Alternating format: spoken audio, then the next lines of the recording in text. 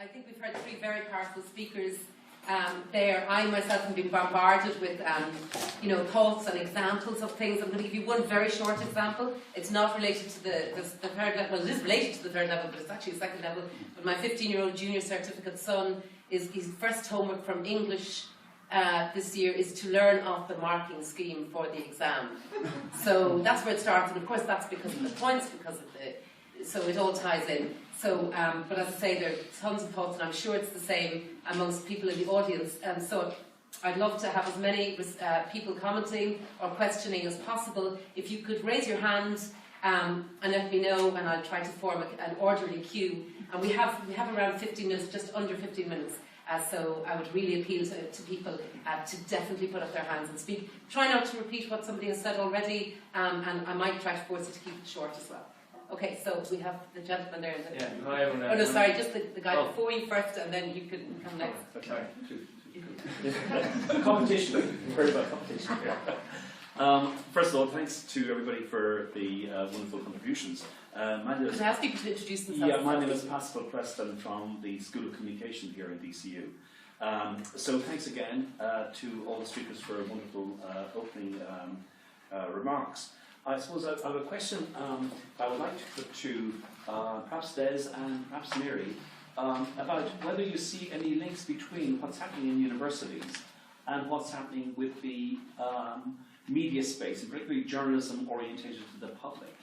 Because it seems to me that there are potential parallels to be drawn between an exploding media system, a declining number of journalists with the time, energy or capacity to do the job, the role of journalists, which is to filter information and news, check it and so forth on behalf of the public.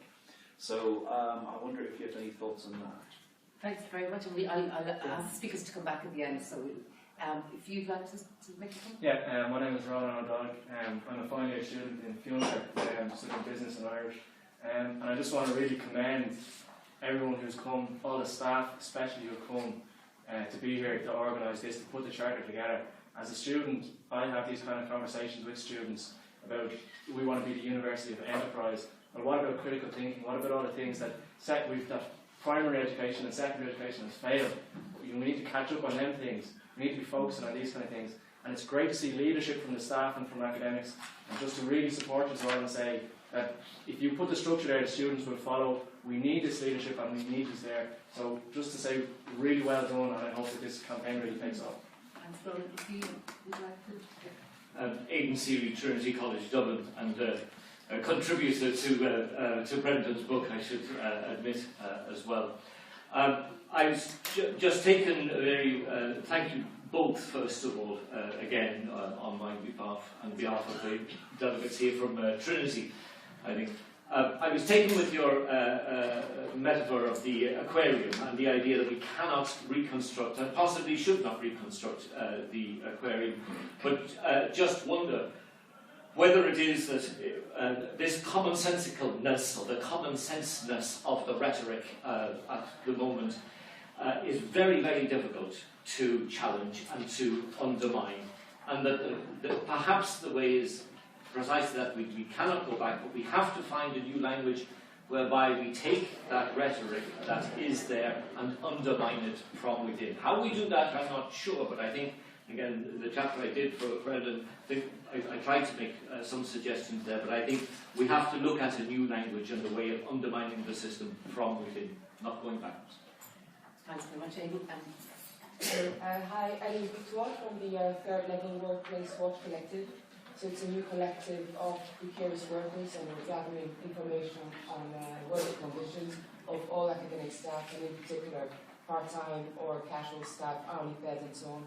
So well, I'd like to thank the organisers for this event, which is really timely, and it's a relief to hear that there's growing awareness of the seriousness of the situation. But I just would like to just to comment on one thing that Mary said, if you don't mind, in relation to the losers, the marginalised losers, and you said they are not the academics at all. I'm afraid some of them are actually losers, and I'm talking of all those who've been working on short-term contracts, hourly paid contracts for years and years and years with no other prospects. And I'd like also to highlight that this is a very important issue if we talk about the way the universities head in, because people who work like under those conditions are going to become the norm increasingly. I don't think the permanent staff when they're retired are going to be replaced by anything else than those casual workers, and that's also another threat to academic freedom, to the care students deserve, and to also our capacity to organise against all the threats that are highlighted in the Charter. So I've got a brochure and a link to the survey for those who would like to take part as well. Thank you. Could I ask other people to put up their hands, because we do have time. So are there people who want to speak? Please just indicate it, and it would be great to hear from people. We go to Marnie next. Right, I just want to quickly thank very much the speakers for coming along. I learned a lot from that, and I think actually the point that Brendan made about we know what's happened in the UK and we don't want it to happen here is probably apologies that it doesn't, not very reassuring for you, Des, but on the other hand for us that is a very important thing. I just want to highlight two things. Is first of all why we felt it was important that SIT2 and the whole university and others, and thank you very much for coming along, the people outside as well, because this is broader than either lecturers or universities. It's about the type of society we live in, and I think that is a very important thing. And that we want to do something about it. I take the point that Des makes. Our charter, please, I would ask everybody, it's going around, please sign it. This is the start of something, and I think it's really important that people put their name to it and break the silence. And just 2 points. Mary mentioned the climate of fear, and there is actually quite, I'm not saying this dramatically, but it is quite difficult to raise your head, particularly now in austerity Ireland, at the same time that this is happening. It is quite difficult, and so we've got to break that some way or another. And secondly, the context of austerity, I think, is very, very important. Yesterday in the budget, last week in the budget, the 25 million that has been held back for third-level education has been prolonged for another year, with very little comment in the press. So we're talking about, yet again, a reduced budget. So the prospect of what's going on in Britain is really one for us here. So that means that it is in a context of dwindling funds and an ideological push to the market. And so I think people should get involved with the campaign in terms of a charter. If anybody is interested in helping the section committee broaden out that campaign, please come and see either myself or John or anybody from the section committee, and we want to see where we can go from it from here. So thank you very much.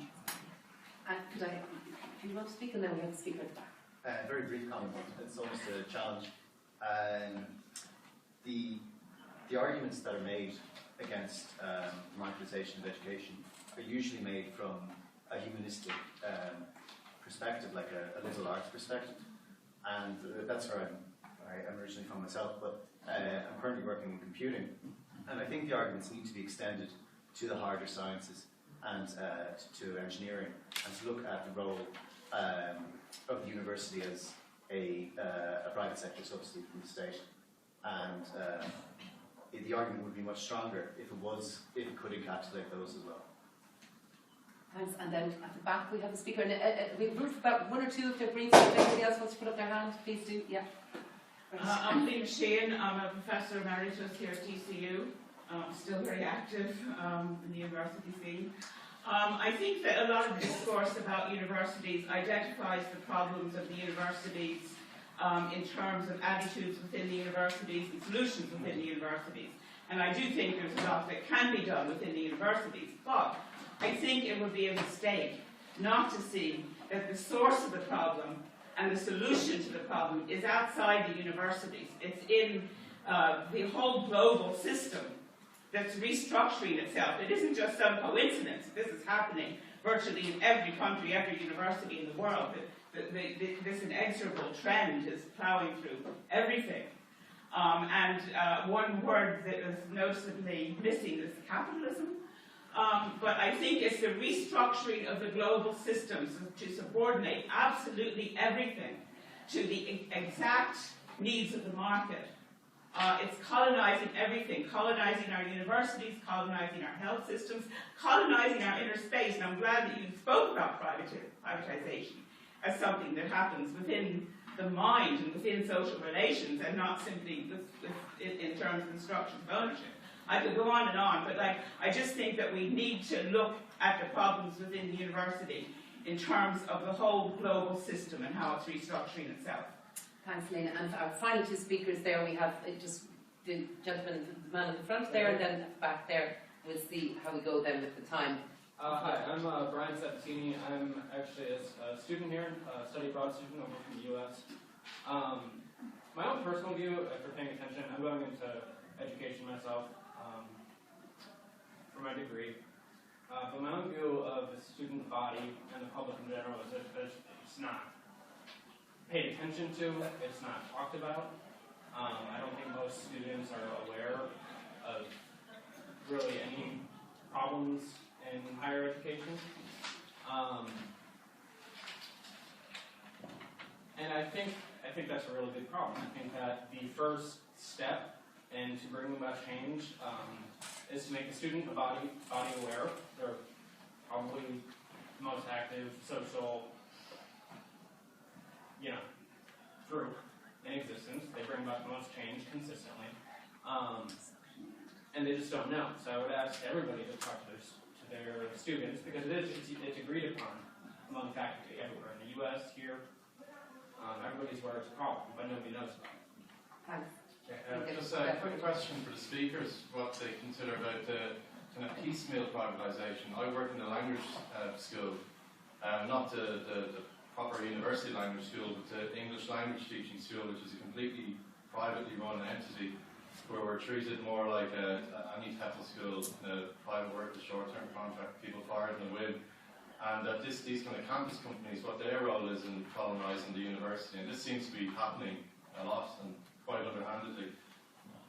That's all. Great. Okay, we're going to have to finish there, unfortunately. I know there's one other person who wants to get in, but we're going to have to move on because I know, I'm afraid that people will suddenly start picking up their bags and running out the door.